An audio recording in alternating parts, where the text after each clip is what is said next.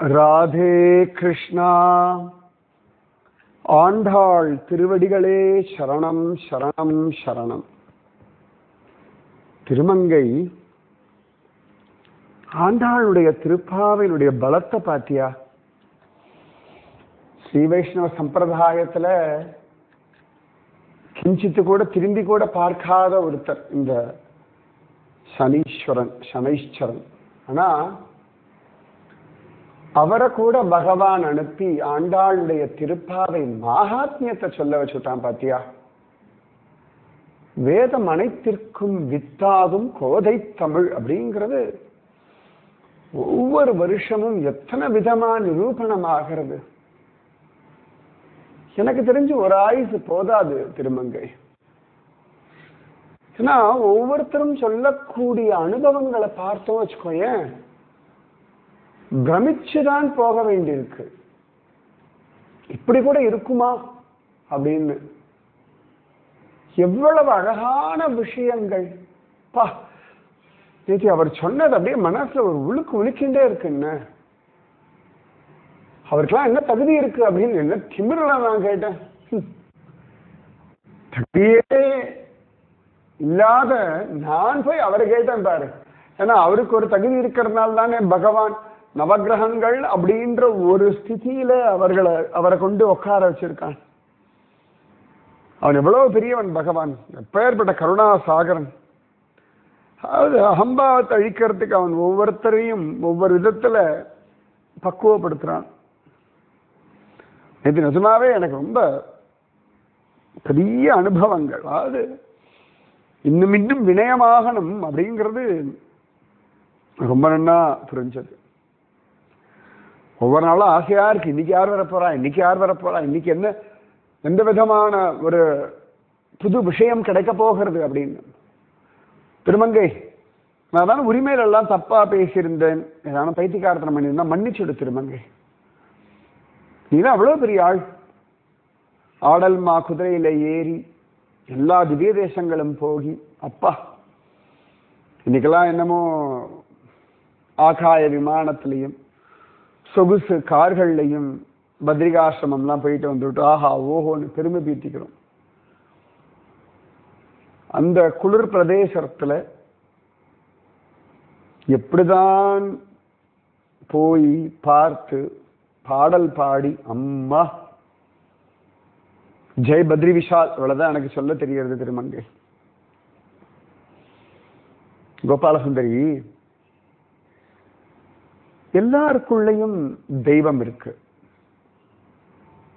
எல்லாருக்குள்ளேயும் தெய்வ அனுகிரகம் இருக்கு, எல்லாருக்குள்ளேயும் தெய்வ நம்பிக்கை இருக்கு. எல்லாருக்குள்ளிருந்தும் தெய்வம் தான் காரியம் நடத்துறது. இதை நன்னா நீ புரிஞ்சுட்டே வச்சுக்கோயேன். மரம் செடி கொடிகள்ல இருந்து விலங்குகள் பறவைகள் எல்லாத்துலேயுமே தெய்வ காட்சி நன்னா கிடைக்கும். யாரையும் கேவலமா நினைக்காத. உனக்கு ரொம்ப பிடிச்ச பத்ரிகாசம் போறவில் இருக்க ஹனுமான் சட்டியில வாசகமே தான் இல்லையா, யாரையும் துச்சமென நினைக்காதே. குரங்குதானே அப்படின்னு தானே பீமன் நினைச்சான். ஆனா வாழை கூட அசைக்க முடியல பாத்தியா? சின்ன குழந்தையோ வயதானவர்களோ என்ன ஜாதியோ என்ன குலமோ என்ன படிச்சிருக்காளோ அவர்கிட்ட பணம் இருக்கோ இல்லையோ, அவர்கள் ஒரு சாதாரண வேலை செய்யறவாளா கூட இருக்கட்டும், எல்லாரையும் தெய்வத்தின் துகளாக, உன் பாஷையில சொல்றேன், கடவுள் துகளாக பாரு. குழந்தையாரு கோபாலசுந்தரி. பொறாமையோ கோபமோ ஒன்ன நிரூபிக்கணும்னு போராட்டமோ வேண்டாம். குழந்தையா வாழ்ந்துண்டு வா. திருப்பாவை முழுக்கவே நம்மள குழந்தையா ஆக்கிறதுக்கு தானே. குழந்தை தவறுகள் செய்வோம், திருத்திக் கொள்வோம், எல்லாரிடத்துலையும் அன்பா இருப்போம், எல்லாரிடத்துலையும் ஆனந்தமா இருப்போம். புரியறதா கோபாலசுந்தரி?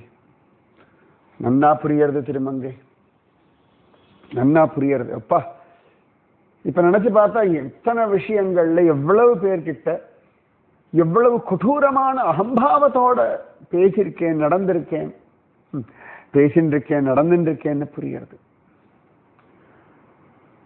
நீ சொன்ன பக்குவம் வரத்துக்கு ஆசீர்வாதம் பண்ணு திருமங்கை. இன்னைக்கு ராமானுஜர் ஆண்டாள் எல்லாம் நல்லா சேவிக்கணும். ராமானுஜனா வா கோபால சுந்தரி, பரவாயில்ல, பக்குவம் துளிர் விட ஆரம்பிச்சிருக்கு. இது ஆலமரமாக வளரட்டும், இந்த பக்குவம் இன்னும் பக்குவம் அடையட்டும். ஆஹா, இதான் எங்க காரே கருணை ராமானுசா. வந்து கேட்டு ஆசீர்வாதம் வாங்கணும்னு நினைக்கிறதுக்குள்ள இப்படி ஒரு ஆசீர்வாதமா? அஹோ பாக்கியம். ராமானுஜனா அதே மாதிரி எனக்கும் ஆசீர்வாதம் பண்ணுங்கோ, பக்குவம் அடையணும். ஏ ஆண்டாள், நீ இன்னும் பக்குவம் அடையணுமா? கோபால சுந்தரி, திருப்பாவை நான் பாடியிருக்கலாம், நாச்சியார் திருமொழி பாடியிருக்கலாம், ரங்கனையே கைப்பிடிச்சிருக்கலாம், ரங்கனுடைய அனுபவம் எல்லாம் கிடைக்கலாம். ஆனாலும் பக்குவம் அடைய அடைய அடையதான் ஆனந்தம் விருத்தியாகும். என்ன அழகான வாக்கியம் ஆண்டாள். பக்குவம் அடையும் பொழுதுதான் ஆனந்தம் வளரும். அப்பா, ஆமா கோபால சுந்தரி, பாரேன், பல விஷயங்களை நீ எடுத்துக்கோயேன். நீ ஒரு விஷயத்துல பக்குவம் அடையும் பொழுது அதிலிருந்து உனக்கு ஆனந்தம் கிடைக்கிறது. பசிக்கு சாப்பிடுற ஆகாரமா இருக்கட்டும், தாகத்துக்கு குடிக்கிற தண்ணீரா இருக்கட்டும், உனக்கு ஒரு பக்குவம் இருந்தா தானே மலர்கள் அழகா கசக்காம, அத பிச்சு போடாம அதோடைய வாசனையை முகர்ந்து அனுபவிப்பாய். யோசனை பண்ணிப்பாரு. பக்குவம் அடையணும். தாய்மை அப்படின்ற பக்குவம் அடையும் பொழுதுதானே ஒரு அம்மா தன் குழந்தைக்கு பால் கொடுக்கிறா இல்லையா? மல்லாக்கப்படுத்திட்டு இருக்க குழந்தைக்கு ஒரு பக்குவம் வந்த பிறகுதானே அது குப்புறப்படுத்துக்கிறது, அதன் பிறகுதானே அது எழுந்து உட்காருது, அதன் பிறகுதானே அது எழுந்து நடக்கிறது. அப்போ ஒவ்வொரு விதமான செயலுக்கு முன்னும் ஒரு பக்குவம் உண்டு. ஒரு விஷயத்துல பக்குவம் அடைஞ்சாதான் வாழ்க்கையில அடுத்த கட்டத்துக்கு நகர முடியும். ஆஹா, பக்குவப்பட்டாதான் அடுத்த கட்டத்துக்கு போக முடியும். சாத்தியம். அப்பா ஆண்டாள், இந்த பக்குவம் வர்றதுக்கு ஆசீர்வாதம் பண்ணு அம்மா. ஆண்டாள், போலாம், போகலாமா? தப்பு, போலான்னு நான் சொல்லப்படாது. பக்தர்கள் வழியில் அப்படி தொடர்ந்து வர்றது மட்டும்தான் என் கடமை. யாரையும் குறை சொல்லாமல், யாரையும் விமர்சனம் செய்யாமல் நான் பக்தி பண்ணிட்டு இருந்தா மட்டும்தான் பக்குவப்படுவேன். பக்குவப்பட்டாதான் அடுத்த கட்டத்துக்கு நகருவேன். அப்பொழுதுதான் ஆனந்தம் அதிகமாகும். இன்னைக்கு கிடைச்ச மிகப்பெரிய பாடம் இது. ஆண்டாள் என்ன திருமங்கை, இந்த புதுசா நித்தியம் வரக்கூடிய ஒரு தோழி வரல, அவ வீட்டுக்கு பக்கத்து வீட்டுக்காரி இல்லைன்னு சொன்னா. அவளை போய் அப்படியே எழுப்பிட்டு தானே போறோம். ஏன்னா எல்லாரையும் சேர்த்துட்டு தானே நீ கிருஷ்ண அனுபவத்தை அனுபவிக்கணும்னு ஆசைப்படுவாய். உனக்கு தனியாக ரகசியமாக யாருக்கும் கிடைக்காம அப்படிலாம் கிடையாது திருமங்கை. தனியா அனுபவிக்கணும்னு நினைச்சிருந்தா என்னோட தோப்பனார் பெரியாழ்வார் எனக்கு கிருஷ்ண பக்தியை கொடுத்திருக்க மாட்டாரே இல்லையா? கோபி பாவத்தை அவர் சொல்லி கொடுக்கலன்னா எனக்கு எப்படி புரியும்? இதோ வில்லிபுத்தூர் கோவில் எல்லாம் உருவாக்கின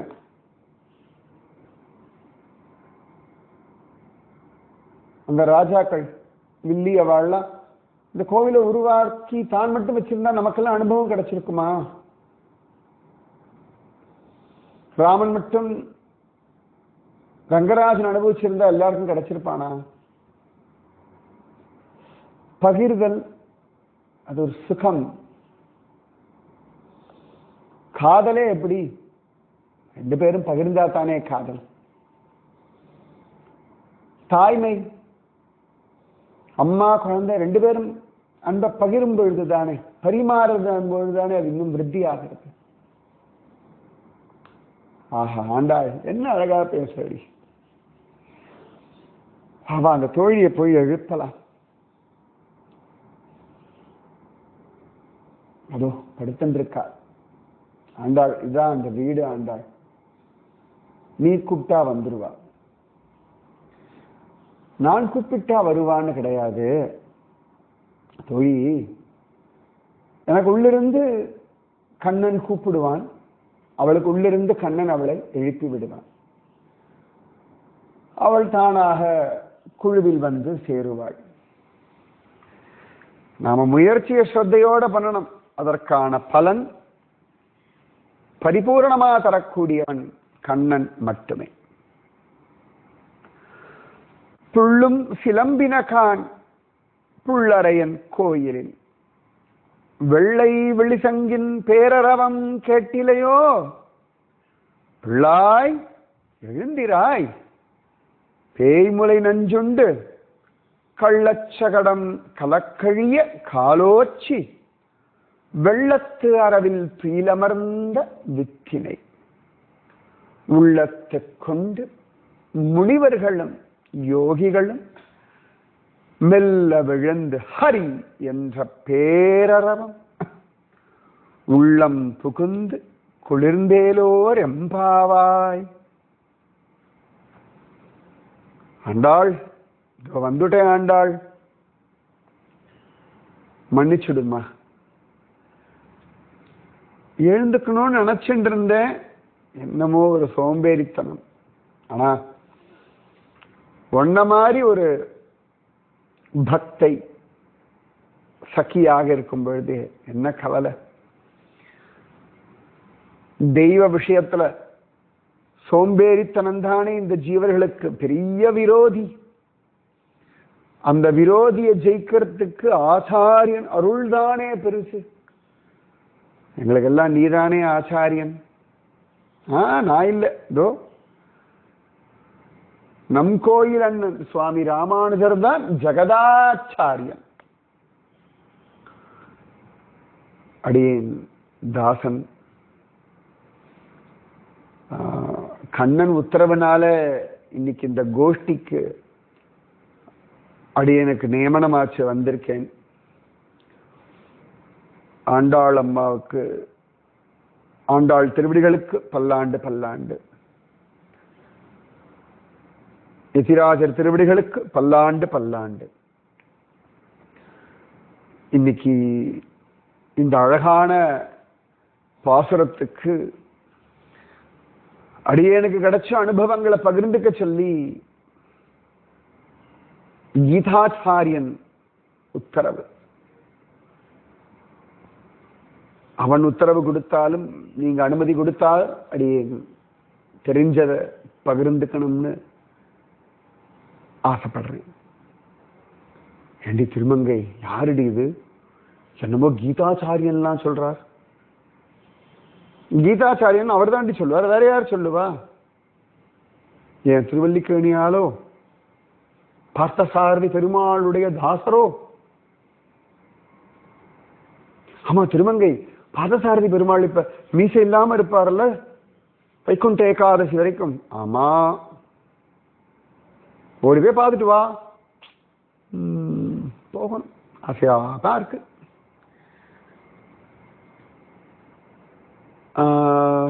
சரி, இது யாருடி? அதான் அவர் தான் சொல்லிட்டாரு, கீதாச்சாரியன் அனுப்பினான்னு. அப்படி கீதாச்சாரியன்னா திருவல்லிக்கேணி பார்த்த சாரதி தானே. கொந்த திருவல்லிக்கேணி பார்த்தசாரதி கீதாச்சாரியானுடைய அர்ச்சாவதார ரூபம். அப்ப கீதாச்சாரியன் கண்ணன். அந்த கீதாச்சாரியன் என்ன அனுபவிச்சது வேற யாரு? அர்ஜுனன்.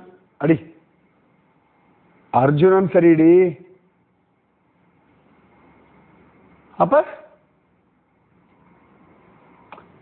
என்ன சொல்றா நீ? எனக்கு புரியல திருமங்கை. இன்னைக்கு என்ன தெரியுமா? இன்னைக்கு ஏகாதசி திதி இருக்கு, நாளைக்கு வைகுண்ட ஏகாதசி. இன்னைக்கு கீதா ஜெயந்தி. ஓ ஆமா, பகவான் கீதையை சொன்ன நாள். கீதை யார் வழியா நமக்கு கிடைச்சது? யார் வழியா? கண்ணன், அர்ஜுனன். அடி அதுக்கப்புறம் வேற யாரடி? நம்ம திருதராஷ்டிரன், சஞ்சயன். சாதாரணமா சொல்ற. ஓ மன்னிச்சிடு மன்னிச்சிடு. பெரியவர் திருதராஷ்டிரர். இவர் சஞ்சயனோ? அப்பா, சஞ்சயனா? ஆமாம், அடி அந்த அம்மா சஞ்சயன். எவ்வளோ பெரியவர் நீர். நான் உங்களை சேவிச்சுக்கிறேன். உங்களை மாதிரி ஒரு கீதா அனுபவம் கிடைக்கிறதுக்கு அனுகிரகம் பண்ணுங்க. அதுக்கு நீ வேதவியாசர் காலில் வேணும் குழந்தை. எனக்கு அந்த கிருபையை பண்ணது அவர் தானே. நீதான் மானா போறே அப்பப்ப மணிபத்ரபுரி வேதவியாசரை கேளு. அவர் கீதையும் உள்ளத்துல அப்படியே பிரசன்னமா புரிய வச்சுடுவார். நீ பகவத்கீதையை பத்தி பேசிட்டு இருக்காய், நான் பகவதி கீதைய சொல்றதுக்காக வந்திருக்கேன். ஆண்டாள் உடைய கீதை இந்த திருப்பாவை. அடியேன் சொல்லலாமா உடையவரே? அண்ணா சொல்லும் சஞ்சயரே, அண்ணா சொல்லும். புள்ளும் சிலம்பினகான் புள்ளரையன் கோயிலில். இந்த பறவைகளுக்கெல்லாம் விடியற் காலம்பரை வந்தாச்சுன்னா அவ்வளவு ஆனந்தம். இயற்கையோட வாழணும், இயற்கையை கொண்டாடணும், இயற்கையை ரசிக்கணும், இயற்கையை மதிக்கணும். அப்பதான் தெய்வீகம் அப்படின்னா புரியும். அந்த பொழுது புலரும் நேரம் பகவான் இந்த பறவைகளுக்கு அப்படி ஒரு நம்பிக்கையை கொடுத்திருக்கான், அப்படி ஒரு உற்சாகத்தை கொடுத்திருக்கான். அவைகள் மூலமாக மனிதர்களுக்கு, மனிதர்களே எழுந்திருங்கள், அழகான பொழுது தொடங்குகின்றது, இன்றைய நாளை இனியதாக்கிக் கொள்ளுங்கள். அவனுடைய வாக்கு, அவனுடைய ஆக்ஞைய இந்த பறவைகள் இறை தூதர்களாயிருந்து நமக்கு சொல்றன. வாவ், என்ன அழகு! பறவைகள் இறை தூதர்கள். அடாடா, இத்தனை நாள் இது தோணலையே. கோபாலசுந்தரி, உலகத்துல எல்லாமே இறைவனுடைய தூதுவர்கள் தான். நீ எல்லாரையுமே கிருஷ்ணனுடைய தூதுவர்களா பாரு, அப்ப உனக்கு புரியும். கண்ணனே தூதுவன் தானே.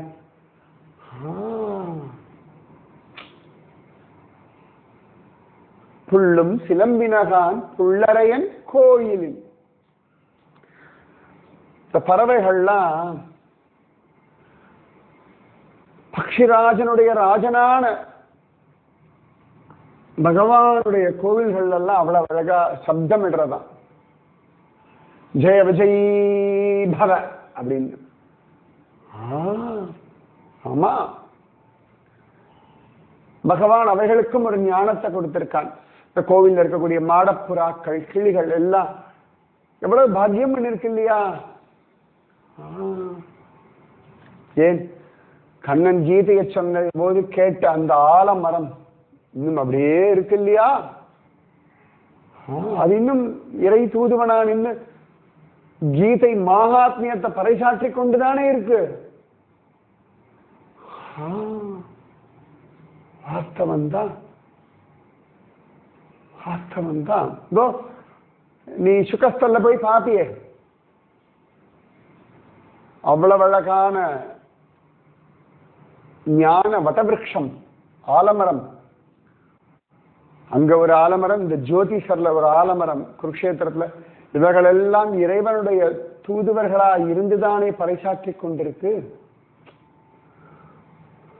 இங்க பூக்கிற பூக்களும், உதிக்கிற சூரியனும், ஜொலிக்கிற நட்சத்திரங்களும் எல்லாமே இறை தூதுவர்கள்.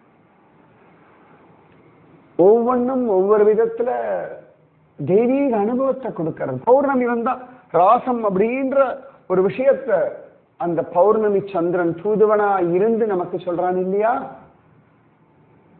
நீ பார்த்திருப்பியே பத்ரிகாசிரமத்துல அந்த நீலகண்ட பர்வதத்துல காலங்காத்தால அந்த பனி படர்ந்த இமயமலையில சூரியனுடைய கணங்கள் படும் பொழுது தங்கமா ஜொலிக்கிறது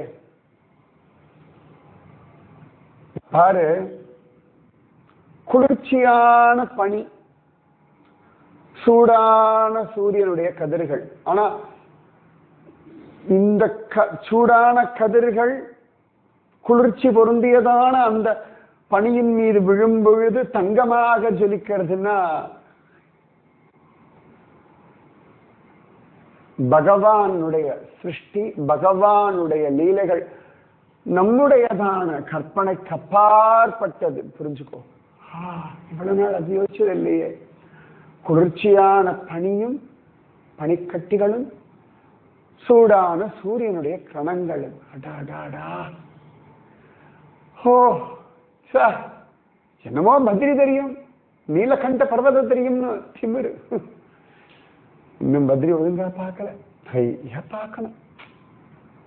நிறைய பார்த்தாச்சுனால எனக்கு திருமங்கை ஒவ்வொருத்தரா வந்து அகம்பாவத்தை கொண்டு போட்டு என்ன பரிசுத்தமாக்கின்னு இருக்கா. எத்தனை பேருக்கு நான் கடன் பட்டிருக்கேன். எல்லாருக்குமே கடன் பட்டிருக்கா கோபால சுந்தரி. திருமங்கை வாஸ்தவம் தான். நீங்க சொல்லுங்க.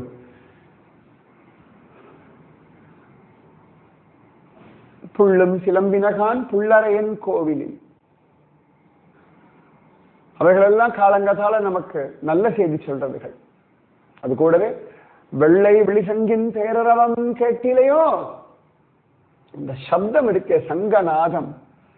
ஓ கோபாலசுந்தரி, அந்த குருக்ஷேத்திர யுத்த பூமியில அப்பா அனந்த விஜயம் ராஜா குந்தி புத்ரோ யுதிஷ்டிரக.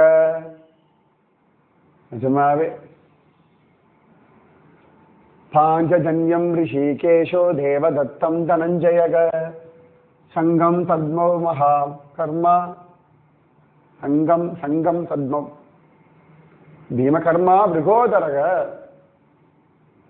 சங்கம் பத்மம். எனக்கு அந்த ஸ்லோகம் எல்லாம் இப்ப ஞாபகம் வருது. அனந்த விஜயம் ராஜா குந்தி புத்ரோ யுதிஷ்டிரக நகுல சகதேவஸ்த சுகோஷ மணிபுஷ்பகௌ நமஸ்தீம் செய்வ சுமுலோ வியனுநாதயன். அப்பா, எனக்கு அந்த குருக்ஷேத்திர பூமியில கேட்ட அந்த சங்கநாதம் அப்பா, அது அப்படியே உள்ளுக்குள்ளேருந்து ஒரு ஞான எழுச்சியை கொடுத்தது தெரியுமா? நான் எங்கேயோ ஹஸ்தினாபுரத்துல இருந்தேன், ஆனா குருக்ஷேத்திரத்துல யுத்தம். ஆனா அந்த சங்கநாதம் இன்னும் என் காதுல ஒழிச்சுட்டே இருக்கு. அந்த சங்கநாதம் மனசுக்குள்ள இறைச்சலா குழப்பங்கள், சந்தேகங்கள், பயங்கள், எதிர்பார்ப்புகள், ஏமாற்றங்கள் வரும்பொழுதெல்லாம் அந்த கிருஷ்ணனுடைய பாஞ்சஜன்ய சங்கநாதத்தை அப்படியே கேட்டு இருப்பேன். என்ன மறந்து போயிடுவேன் நானு. அது அது தரக்கூடிய ஆனந்தமே நிஜமாவே அஜ்ஞான இருட்டிலிருந்து நம்மளை வெளில கொண்டு வரக்கூடிய ஒரு நாதம். வெள்ளை வெளிசங்கின் பேரரவம் கேட்டிலையோ,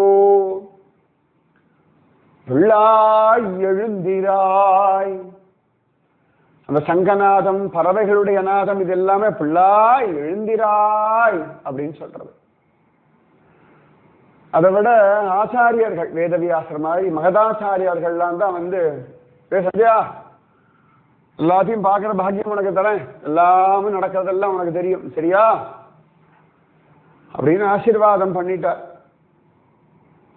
அவருடைய ஆசீர்வாதம் தான் மகாபாரத யுத்தத்தை நேரலையில சொல்றதுக்கும் பார்க்கறதுக்குமா பாக்கியம் கிடைச்சது. அன்னைக்கு அவர் சேவிச்சு எழுந்த பொழுது எனக்கு கிடைச்ச அந்த ஆசீர்வாதம் இருக்கேம்மா. ஆண்டாள் சொல்ற ஆசீர்வாதத்தை வாங்கிக்கிறதுக்கு எழுந்துக்கணும் இல்லையா? ஒவ்வொரு நாளும் ஒவ்வொரு விதத்துல ஒவ்வொருத்தர் மூலமாக நமக்கு ஆசீர்வாதம் வந்துட்டே இருக்கு. உலகத்துல சூரியனிடத்துல இருந்து ஆசீர்வாதம், காற்றினிடத்துல இருந்து ஆசீர்வாதம், பூமியினிடத்துல இருந்து ஆசீர்வாதம், நதிகளிடத்துல இருந்து ஆசீர்வாதம், தண்ணீரிடத்துல இருந்து ஆசீர்வாதம், மலைகளிடத்துல இருந்து ஆசீர்வாதம், மரங்களிடத்துல இருந்து ஆசீர்வாதம், பறவைகளிடத்துல இருந்து ஆசீர்வாதம், புழு பூச்சிகளிடத்துல இருந்து ஆசீர்வாதம், குழந்தைகளிடத்துல இருந்து ஆசீர்வாதம், பெரியவர்களிடத்துல இருந்து ஆசீர்வாதம், ஜடப்பொருட்களிடத்துல இருந்து ஆசீர்வாதம். ஜடப்பொருட்களிடத்துல ஆசீர்வாதமா? ஆமா, ஜடப்பொருட்கள் அவையெல்லாம் கூட பகவத் அனுபவத்தை பத்திரப்படுத்தி வச்சுருக்கு இல்லையா? எத்தனையோ கோவில்கள்ல போய் பார்க்கிறியே, ஸ்ரீரங்கத்துல சுவாமி ராமானுஜர் உட்கார்ந்த இடம் பார்த்திருக்கே நீ? ஏன் சுவாமி ராமானுஜருடைய பாதுகை கொங்கில் பிராட்டி, கொங்கிலாச்சான் வம்சத்துல கொங்கிலாச்சாரியன் திருமாளிகளை போய் சேவிச்சிருக்கிய, பார்த்திருக்கிய, அனுபவிச்சிருக்கிய இல்லையா? ஜட பொருட்களா இருந்தாலும் அவைகள் மூலமாக ஆசீர்வாதம் கிடைக்கிறது இல்லையா? தொண்டனூர்ல நரசிம்மர் சன்னதியில நரசிம்மர் கையில் இருந்த தண்டம் ஜட பொருள் தானே, ஆனா எவ்வளவு பெரிய விஷயத்தை கொடுக்கிறது. இந்த மாதிரி எத்தனை சொல்லட்டும். உனக்கு பிடிச்ச புரி ஜெகநாதனுடைய தேர் ஜட பொருள் தானே, ஆனா அந்த ஜட பொருள் எவ்வளவு அழகா தெய்வ அருளை கொடுக்கிறது. அடடா எவ்வளவு சத்தியம். அடடா அடடா புரியறதா? அதனால பிள்ளாய் எழுந்திராய், எழுந்துக்கணும். ஆசீர்வாதம் வாங்கிக்கிறதுக்கு, அனுகிரகத்தை வாங்கிக்கிறதுக்கு எழுந்துக்கணும். நம்ம எழுந்தா போதும், எல்லாம் தானா கிடைச்சிடும். தூங்கின்ற கண்ணை முழிச்சா தானாவே சூரியோதயம் பார்த்துடலாம் இல்லையா? முழிச்சாதானே சூரியோதயம் பார்க்க முடியும். தூங்கிட்டு இருந்தா அப்படி பார்க்க முடியும். முச்சுக்குந்த மகாராஜானால பகவான் எழுப்பி அனுகிரகம் பண்ணான் இல்லையா? அதனால பிள்ளாய் எழுந்திராய். திருத்தராஷ்டிரர் கிட்ட ராஜா அவர் விதுரர் சொன்னார், பீஷ்ம பிதாமகர் சொன்னார். ஆனா அவர் என்னமோ நிஜமாவே அந்த அஜ்ஞானத்தை விட்டு எழுந்துக்கவே இல்லை. நிஜமாவே எழுப்புறதுக்கு ஆண்டாள் மாதிரி ஒரு வைராக்கியமுடைய, உரிமையுடைய, அக்கறையுடைய ஒரு சத்சங்கம் வேணும். பிள்ளாய் எழுந்திராய், பேய்முலை நஞ்சு உண்டு. பாரு, இந்த பூதனா சங்கம் என்னமோ துசங்கம் தான். ஆனா அது கூட அவளை கொண்டு போய் நந்த கோகுலத்துல விட கிருஷ்ணனை தூக்கிறதுக்கும், கிருஷ்ணனை மடியில போட்டுக்கிறதுக்கும், கிருஷ்ணனுக்கு ஜோரா முளைப்பால் கொடுப்பதற்கும், கண்ணன் அதை ஆனந்தமா அனுபவிக்கிறதுக்கு ஒரு பாக்கியம் இல்லையா? நம்ம உலகத்துல வாழ்ந்தாலே போதும், ஏதோ ஒரு அனுகிரகம் கிடைச்சிடும். எங்க இருந்தாலும், எந்த நிலைமையில இருந்தாலும் தெய்வானுகிரகம் கிடைக்கும். எனக்கு கிடைக்கலையா? திருத்தராஷ்டிரத்துல வேலை பண்ணிட்டு இருந்தேன். ஆனா கிருஷ்ண தியானத்தோட தான் பண்ணிட்டு இருந்தேன். அதுக்கு எவ்வளவு பெரிய பாக்கியம் கொடுத்துட்டான் பகவான். வேதவியாசருடைய அனுகிரகத்தினால கீதைய பகவானுடைய குரல்ல கேட்கிற பாக்கியம், பகவானுடைய விஸ்வரூபத்தை பார்க்கிற பாக்கியம். அதனால நாம முழிச்சுண்டு வாழ்ந்தா போதும். அன்றைய பொழுத அவனுக்காக வாழ்ந்தா போதும். ஒவ்வொரு நாளுமே அவன் நமக்கு விதவிதமான பரிசுகள் தரான், விதவிதமான அனுபவங்கள் தரான், விதவிதமான ஐஸ்வர்யங்கள் தரான். வாங்கிக்கணும். பிள்ளாய் எழுந்திராய் தேய்முலை நெஞ்சுண்டு பூதனா லோகபால் அக்னி அக்ஷசி ருதிராசனான்னு அவளுக்கும் மோட்சம் கொடுத்துட்டான் இல்லையா? அதான் ஆண்டாள் சொல்றா, பிள்ளாய் எழுந்திராய் தேய்முலை நஞ்சுண்டு. அவள் நஞ்சு கொடுத்தா கூட இவன் வஞ்சகம் இல்லாத மோட்சத்தை கொடுத்துட்டான். தேய்முலை நஞ்சுண்டு கள்ளச்சகடம் கலக்கழிய காலோச்சி. கள்ளத்தனமா அந்த சக்கடன் வந்தாலும், அந்த சக்கரத்துக்குள்ள ஒளிஞ்சிருந்தாலும், சக்கரத்துக்குள்ள ஒளிஞ்சிருந்தாலும் அவனையும் வதச்சு அவனுக்கு இந்த சரீரத்தில இருந்து விடுதலை கொடுத்து தன்னுடைய நித்தியமான வைகுண்டத்துல இடம் கொடுத்துட்டாங்க இல்லையா? அப்ப அவெல்லாம் முழிச்சுட்டு இருந்தா இல்லையா? அவ வந்த நோக்கம் கண்ணனிடத்துல தவறாக இருந்தாலும் வந்தது கண்ணனிடத்துல தானே. அதனால பிள்ளாய் எழுந்திராய் தேய்முலை நெஞ்சுண்டு கள்ளச்சகடம் கலக்கழிய காலோச்சி வெள்ளத்து அரவில் துயிலமர்ந்த வித்தினை. நாம எழுதாதானே துயில் கொள்ளும் அவனை பார்க்க முடியும். உன் பாஷையில சொல்றேன், உன் பத்மநாபனை 3:30 மணிக்கு போய் பார்க்கணும் அப்படின்னா நீ எழுதாதானே? ஆமா. சுவாமி ராமானுஜருடைய அனுபவத்துல சொன்னோம்னா, காலங்காத்தால விஸ்வரூப தரிசனம் பார்க்கணும்னா ரங்கராஜனை பார்க்கணும், எழுந்தாதானே நடக்கும். ஆமா. திருப்பாவை விரதம் இருக்கணும் அப்படின்னா எழுந்தா தானே ஆண்டாளோட கோஷ்டியில போக முடியும். ஆமா, அதனால எழுந்துக்கணும். பிள்ளாய் எழுந்திராய் தேய்முலை நஞ்சுண்டு கள்ளச்சகடம் கலக்கழிய காலோச்சி வெள்ளத்து அரவில் தீலமர்ந்த வித்தினை. எல்லாம் பண்ணக்கூடியவன். அவனுடைய விஸ்வரூப தரிசனம். ஓ, என்ன அழகு! ஆயிரக்கணக்கான முகங்கள், ஆயிரக்கணக்கான கைகள். புருஷ சுத்த மந்திரத்துல சொல்லக்கூடிய ரூபம் விஸ்வரூப தர்சன ரூபம். ஏழைக்கும் அடியனுக்கு காட்டி கொடுத்துட்டானே. இல்ல பாரு, அவனுடைய கிருப்பைய. கண்ணே தெரியாத திருதராஷ்டிரருக்கு கூட அவருடைய அரசவையில திவ்யமான நேத்திரங்களை கொடுத்து அவரை பார்க்க வச்சுட்டானே. திரும்பியும் மகாபாரத யுத்தத்துல இந்த விஸ்வரூப தரிசன ரூபத்தை சொல்ல வச்சு அவரை கேட்க வச்சு அவர் ஹிருதயத்துக்குள்ள அந்த காட்சியை கொடுத்துட்டானே. அவனுக்கு வேண்டுதல் வேண்டாமைலாம் கிடையாது, எல்லாரும் ஒண்ணுதான். எங்க ராஜா திருதராஷ்டிரர் அகம்பாவத்தினாலையும் தற்பெருமையினாலையும் வேண்டாம் வேண்டாம் வேண்டான்னு தன்னை மூடி வச்சிருந்தா கூட உள்ளுக்குள்ளே இருந்து அவன் திரும்ப திரும்ப தன்னுடைய வைபவத்தை காட்டி கொடுத்துட்டு தான் இருந்தான். எல்லாம் ஒண்ணுமே தெரியாத போல இருந்தான், ஒரு சாரதியாக இருந்தான். சாரதி, ஆனால் கீதாச்சாரியன். வெள்ளத்து அரவில் தீயில் அமர்ந்த வித்து. இவன் தான் திருப்பார்கடல்ல வையாரமா படுத்துட்டு இருக்கக்கூடிய கருணாசாகரன். வெள்ளத்து அரவில் தீலமர்ந்த வித்தினை உள்ளத்து கொண்டு முனிவர்களும் யோகிகளும். அப்படியே உள்ளத்துக்குள்ள வச்சிருக்கா. வேதவியாசெல்லாம் அப்படிதானே. இன்னைக்கும் வேதவியாச குகைக்குள்ள போனா என்ன அனுபவம் கிடைக்கிறது எல்லா ஜீவனுக்கும். ஏன் அப்படின்னா அவர் உள்ளத்துக்குள்ள வச்சிருக்கார். அவரை அந்த குகை தனக்குள்ள வச்சிருக்கு. அதனால அந்த குகைக்குள்ள நுழையும் பொழுது அந்த அனுபவம் கிடைக்கிறது.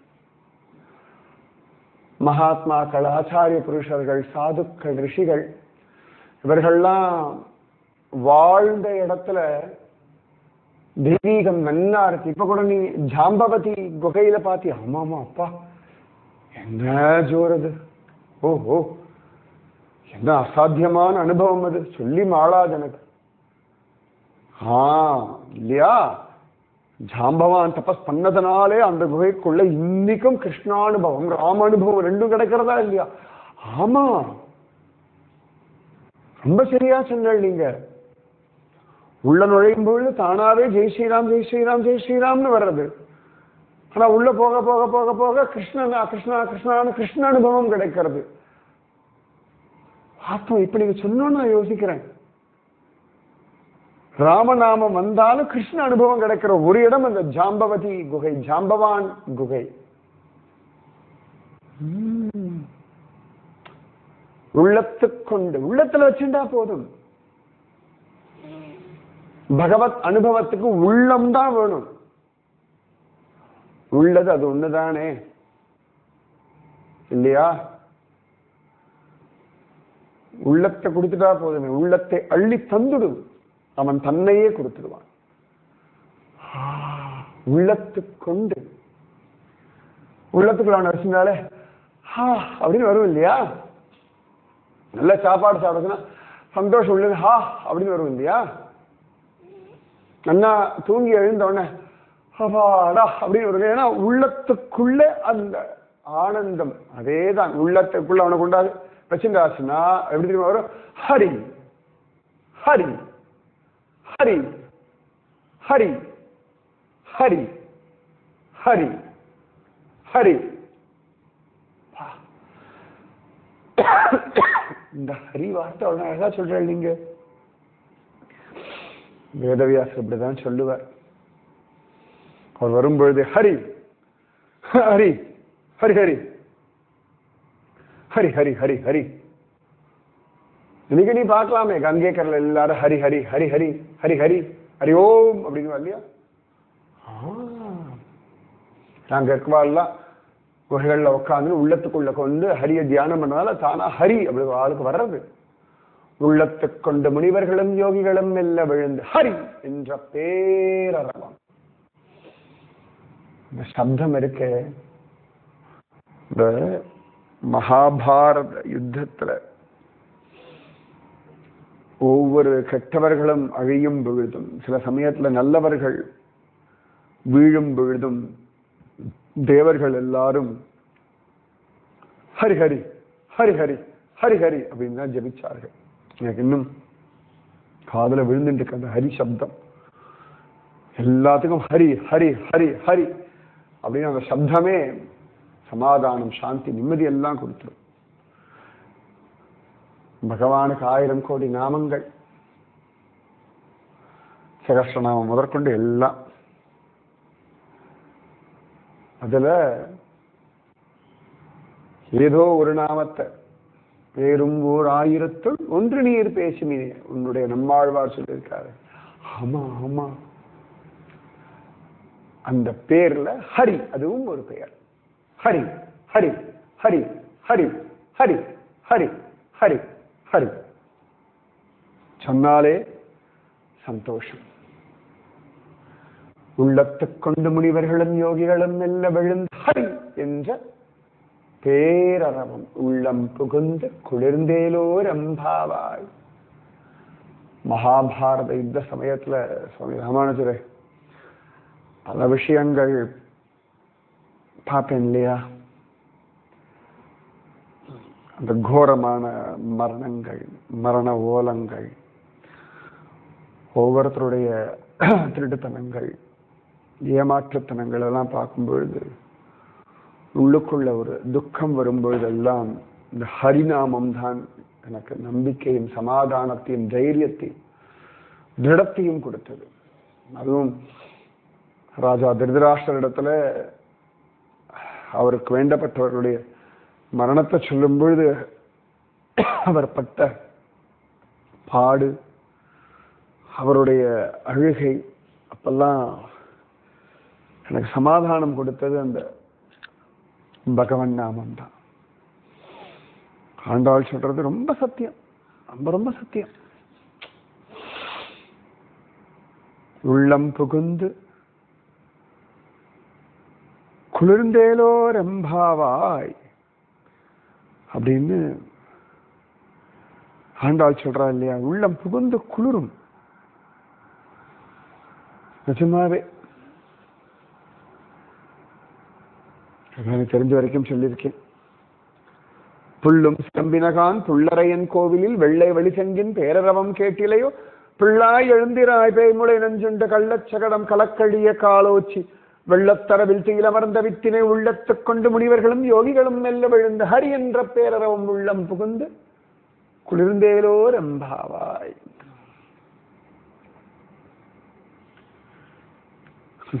என் கண்ணன் எவ்வளவு பெரியவன் பார்த்துக்கோ. இன்னைக்கு கீதா ஜெயந்தி. பகவதி கீதாவுக்கு சொல்றதுக்கு ஒரு பாக்கியத்தை கொடுத்துட்டான். நம்ம பாட்டுக்கு அவன் நாமத்தை சொல்லிட்டு அவன் கடமையை பண்ணிட்டு இருந்தா, அவன் இஷ்டப்பட்டபடி வாழ்ந்துட்டு இருந்தா இப்படிதான் பரிசுகள் கொடுப்பான். இதுக்குதான் எழுந்துக்கணும்னு ஆண்டாள் சொல்றா. பிள்ளாய் எழுந்திராய். அம்மா ஆண்டாளம்மா, என்ன அழகான ஒரு பாசுரம்மா. அப்பா அப்பா, பகவத்கீதைக்கு அப்புறமா இருக்குதான் நான் அவ்வளவு பெரிய விஷயம் சொல்றேன்னு நினைக்கிறேன். நிஜமாவே மகாராஜா கிட்ட நான் சொன்னேன், எங்க கிருஷ்ணன் இருக்கானோ அப்படின்னு சொல்லி சொன்னேன். அது சத்தியம். எனக்கு இன்னும் ஞாபகம் இருக்கு அந்த ஸ்லோகம். யத்ர யோகேஸ்வரஹ கிருஷ்ண யத்ர பார்த்தோ தனுர்தரஹ தத்ர ஸ்ரீ விஜயோ பூதிஹி துருவானீதிர் மதிர்மம. எங்க யோகேஸ்வரனான கிருஷ்ணன் இருக்கானோ, எங்க பார்த்தனான தனுர்தரன் இருக்கானோ, அங்கதான் வெற்றி எல்லாம் தானாக வந்துடும். இதுல துளி கூட எனக்கு சந்தேகம் இல்லை.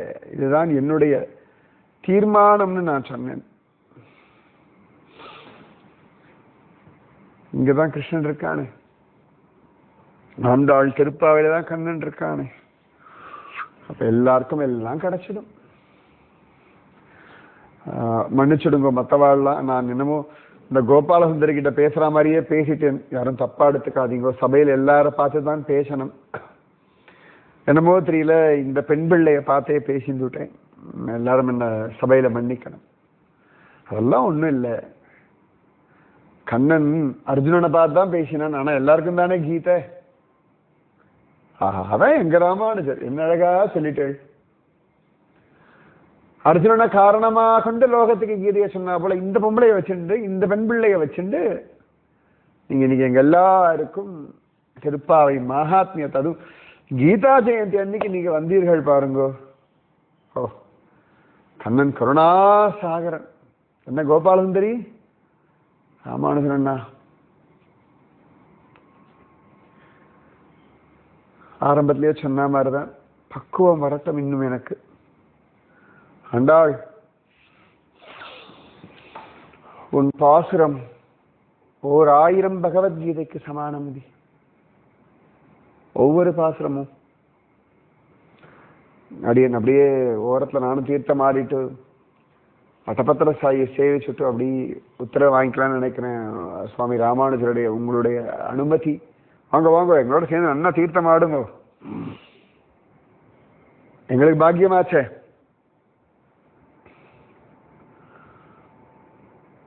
ஏன்னா கங்கையிலேயே குளிக்கிறவர், கடைசியில கங்கை கரையிலேயே தியானம் பண்ணி பகவான் அடைஞ்சவர். எங்க திருமுக்குளத்தையும் பாருங்க, கங்கா யமுனா சரஸ்வதி எல்லாரும் எங்க திருமுக்குளத்துல ஆண்டாளுக்காக வந்துட்டார்கள். கட்டாயம் நீங்க வாங்கோ, வாங்க தீர்த்தம் ஆடுங்க. கோபாலசுந்தரி நன்னா தீர்த்தம் ஆடு. என்ன யோசிக்கிறாய் கோபாலசுந்தரி? இல்ல திருமங்கை அவர் சொன்னாரு, ஜலத்திலிருந்து ஆசீர்வாதம். சுத்தம்தான் இல்ல, கங்கையும் யமுனையும் ஜலம் தானே, ஆசீர்வாதம் பண்டு தானே இருக்கு. தாமிரபரணியும் காவேரியும் ஜலம் தானே, திருமுக்குளமும் ஆமா அனந்த சரஸ், காஞ்சிபுரம் அனந்த சரஸ் ஜலம் தானே. அந்த ஜலம் தானே அத்திவரதனை நமக்கு கொடுக்கிறது. கண்டகி நதி அவள் தானே நமக்கு சாலக்கிராம பெருமாளை கொடுக்கிறான். அது தெய்வ அருள், தெய்வ அனுகிரகம், ஆசீர்வாதம். இதுக்கெல்லாம் இப்படி இவ்வளவு விதமாக ஒரு விஷயம். ஒவ்வொருத்தருக்குள்ள எவ்வளவு கிருஷ்ண அனுபவம் இருக்கு இல்லையா? யாரை பார்த்தும் பொறாமப்படப்படாது, யாரையும் துச்சமா நினைக்கப்படாது. அதான் இந்த அனுபவங்கள்லாம் சித்திக்கும். ஏ ஜலதேவதையே உனக்கு நமஸ்காரம். இன்னைக்கு நல்லா இருக்கு எனக்கு திருமங்கை. இத்தனை நாள் திருமுக்குளத்தை தீர்த்தம் ஆடி இருக்கானா இன்னைக்கு அது ஒரு தெய்வீகமா தெரியறது. சரி வா போலாம், அப்படியே கோவில போய் தெய்வீகத்தை அனுபவிப்போம் வா, இந்த வழியில் நடந்து போலாம் வா. ஆமா திருமங்கை, ஆண்டாள் பின்னாடியே அவளுடைய திருவடியை பார்த்து நடக்கிறதே பாக்கியம். கோவில் வந்தாச்சதோ பறவைகள்லாம் சப்திக்கிறதை ஆண்டாள் சொன்ன மாதிரி, அதோ ஏதோ ஒரு கோவில்ல சங்கநாதம் முழங்கிறது.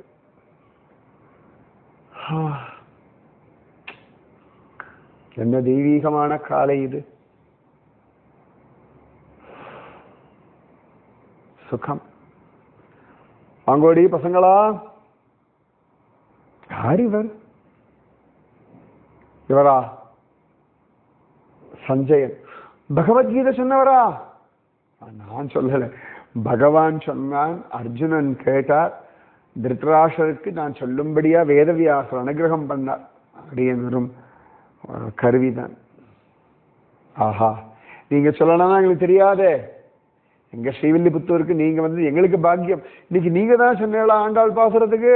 ஆஹா, ஆண்டாள் நீங்க பாசுரம் சொல்லிடிக்க வந்தேன். புள்ளும் சிலம்பினகான் புள்ளரையன் கோவிலில் வெள்ளை விழிசங்கின் பேரரவம் கேட்டிரையோ பிள்ளாய், எழுந்திராய் பேய்முளை நஞ்சுண்டு கள்ளச்சகடம் கலக்கழிய காலோச்சி, வெள்ளத்து அரவில் தீலமர்ந்த வித்தினை உள்ளத்துக் கொண்டு முனிவர்களும் யோகிகளும் மெல்ல விழுந்து ஹரி என்ற பேரரவம் உள்ளம் புகுந்து குளிர்ந்தேலோ ரம்பாவாய். இந்த பாசுரத்துக்கு இவருடைய அஞ்ஞானம். கோபாலசுந்தரி மறக்காம எனக்கு சொல்லுவியா நீ? நான் என்ன சொல்றது, பகவான் என்ன சொல்ல வைக்கிறானோ சொல்றது. ஆஹா, இவ்வளவு வினயம் வந்துருத்த உனக்கு. பெரிய பெரிய வாழலாமே தேமேன்னு இருக்கும் பொழுது நான்ற வார்த்தை சொல்றது கூட அதிகாரம் கிடையாது. சரி சரி எல்லாரும் நன்னா சரிங்கோ. வடபத்திர சாயிய அந்தாளம்மா, நீ உன் பாத்திரத்தை சொன்ன மாதிரியே அவர் இருக்காரு உள்ளத்துக் கொண்டு. என்ன அழகா, வெள்ளத்து அரவில் தீலமர்ந்த வித்து, இவர் தானே அவர். எங்க வட்டபத்திர சாயி எவ்வளவு அழகா அனுபவிக்கிறாள. எங்களுக்கு பாக்கியம், எனக்கு பாக்கியம். ஜோர் ஜோர். ஆஹா ஆஹா, என்ன அழகான தரிசனம். இன்றைய பொழுது நல்ல பொழுது, அடியனுக்கு பாக்கியம். அடியன் அப்படியே உத்தரவு வாங்கிக்கிறேன் சுவாமி ராமானுஜரே. இந்த பக்தி, இந்த ஸ்ரத்தை, இந்த வினயம் எப்பொழுதும் இருக்கிறதுக்கு அனுகிரகம் பண்ணுங்க. நீ எப்ப கூப்பிட்டாலும் அடியன் ஓடி வந்துவிட. ஆண்டாளமா அடியன் உத்தரவு வாங்கிக்கிறேன். கோபாலசுந்தரி ஞாபகம் வச்சுக்கோ. நான் மறப்பேனா? நான் சொன்ன விஷயத்தை ஞாபகம் வச்சுக்கோ. நான் சொன்னது கூட தப்பு, என் மூலமா கண்ணன் சொன்னது. சரியா? ஜெய் போல வேதவியாச மகரிஷி கி ஜெய். ஜெய் பத்ரி விஷால். ஆஹா, ஜெய் பத்ரி விஷால். என்ன கோபால் ரொம்ப குஷியா எடுத்தோ? ஆமா, சந்தோஷமாவே. சரி திருமணி. ராதே கிருஷ்ணா. ஆண்டாள் திருவடிகளே சரணம் சரணம் சரணம். ராதே கிருஷ்ணா.